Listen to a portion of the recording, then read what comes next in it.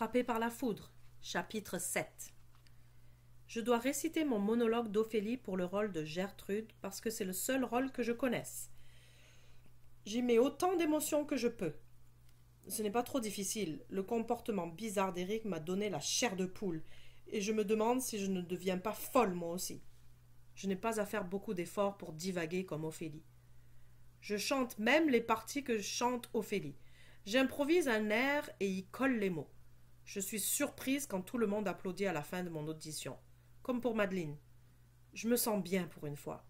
« Claire, c'était sensationnel, dit Sima lorsque je me glisse sur le siège voisin du sien. Comment y es-tu arrivée ?»« Je ne sais pas, dit Jean hochant la tête. Faut croire que c'est ma journée. Je suis sûre que tu auras ce rôle. Tu le sais, n'est-ce pas? Celui de la reine Gertrude, ce serait tout à fait cool.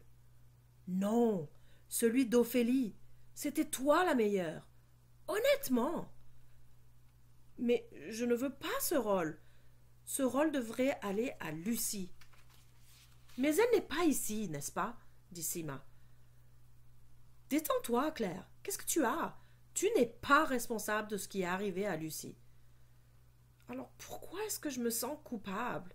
Je me tourne vers Alice. Elle m'observe avec son masque style reine de glace. Lorsque nos regards se croisent, je frissonne et détourne les yeux. Alice a auditionné pour le rôle de Gertrude elle aussi. Et elle s'est assez bien débrouillée. Je pense qu'elle devrait être souriante. Mais en ce moment, elle me foudroie du regard. Je prends ma décision après l'école. Au lieu de rentrer à la maison où maman et papa sont sans doute en train de se peloter ou de se bécoter ou de se quereller, je saute dans le bus qui va à l'hôpital. Je ressens un besoin soudain de voir Lucie. Je veux lui parler, même si elle ne peut pas m'entendre.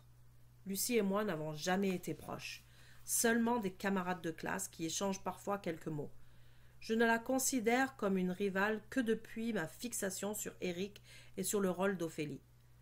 Et maintenant, je ne peux pas m'empêcher de penser à elle, couchée dans ce lit d'hôpital, au seuil de la mort. Ça doit être absolument terrifiant pour sa pauvre famille. Et d'une certaine façon, je me sens responsable. Ce maudit parapluie, c'est comme un mauvais sort. Aussitôt que je l'ai ouvert, j'ai été frappée par la foudre et ma vie, comme celle de beaucoup d'autres, a été chambardée. J'ai essayé de me convaincre que rien de tout ça n'est ma faute, que la foudre n'a pas pu provoquer ces changements. Mais impossible de continuer à y croire. Tout est différent. Il y a du bon et du mauvais. Et c'est complètement déroutant. Il faut absolument que ma vie reprenne son cours normal.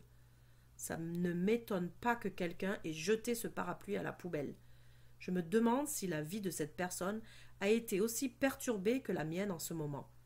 Je n'ai jamais aimé les hôpitaux.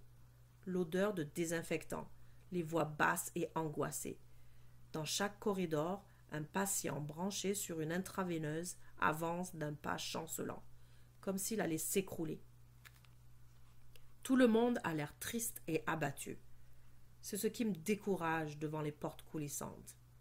Et la perspective de ce que je vais voir lorsque je serai dans la chambre de Lucie. Un vrai cauchemar! Je m'arrête à la boutique de cadeaux pour acheter un tout petit ourson pour Lucie. Il a l'air tricoté à la main, mais il est mignon et pas cher. La dame du comptoir d'information me dirige vers le service de soins intensifs au 3e. Le service de soins intensifs. Là où vont les gens très malades. Pour se rétablir ou pas. J'ai la chair de poule. Je marche lentement dans le corridor, comme si je suivais un cortège funèbre. Je regarde droit devant moi, de crainte de ce que je pourrais voir dans une de ces tristes chambres. Au poste de garde du 3e, j'essaie d'éviter le regard de l'infirmière lorsque je prononce le nom de Lucie. Lucie? Lucie Mantella? Sa famille est avec elle en ce moment, dit l'infirmière sans lever les yeux. 3e porte sur la droite. Attendez que quelqu'un sorte. Elle ne peut avoir plus de 2 visiteurs à la fois. Et seulement de la famille. Vous êtes de la famille? Oui, je suis sa cousine. D'accord, dit-elle, m'indiquant de la tête la direction de la chambre. Je m'enfonce dans un fauteuil à l'entrée de la porte de Lucie. La porte est fermée. Peut-être que le médecin est là. Peut-être une infirmière. Peut-être que je devrais me sauver en courant avant que la porte ne s'ouvre. Je pourrais laisser le petit ourson sur le fauteuil et détaler comme un lapin apeuré. C'est tellement difficile de faire face. C'est à ce moment-là que la porte s'ouvre. Une femme sort. Elle a l'air complètement démolie. La mère de Lucie. Elle a les yeux cernés et les cheveux en désordre. Elle sursaute, surprise de me voir là. Je sursaute un peu moi aussi. Il est maintenant trop tard pour m'enfuir. Je me lève et essaye de sourire, sans trop de succès car mes lèvres n'arrêtent pas de trembler. « Oh, bonjour, vous m'avez surprise, dit-elle en chuchotant. Je m'excuse, dis-je. Puis je lui tends l'ourson. Qu'il est adorable, c'est pour Lucie? Je fais signe que oui de la tête. Je n'arrive pas à parler.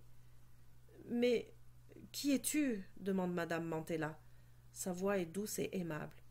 Je suis juste une amie, dis-je. Je m'appelle Claire Watkins. Tous les élèves de l'école sont inquiets au sujet de Lucie. Il fallait que je vienne voir comment elle va. Le visage de madame Mantella s'assombrit et elle soupire. Je crains qu'elle ne soit fâchée. Mais elle me tend les bras et me serre fort contre sa poitrine. « Tu ne peux pas t'imaginer à quel point ton geste me touche, me dit-elle à l'oreille. Apparemment, je suis la toute première amie de Lucie à me rendre à l'hôpital. Et je ne suis même pas une amie proche. Alice n'est pas encore venue. Elle a téléphoné à la maison une seule fois. Madame Mantella se renfrogne lorsque je mentionne Eric. Il n'est pas venu lui non plus. Je n'en suis pas le moindrement surprise.